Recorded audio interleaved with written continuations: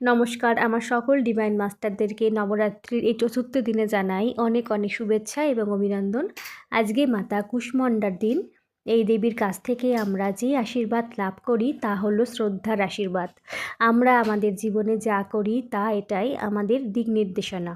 আমরা সেই শক্তিটা কোথায় কাজে লাগাবো, আমরা কি আমাদের শক্তি কাউকে সমালোচনা করতে ব্যয় করব, নাকি আমাদের যদি আমরা সারাক্ষণ অন্যের নামে গালগল্প করে এবং অন্যের দোষ খুঁজে বেড়াতে থাকি, তাহলে আমাদের শক্তি আমরা ব্যয় করছি, তাহলে আমরা আমাদের শক্তিকেও হারিয়ে ফেলছি।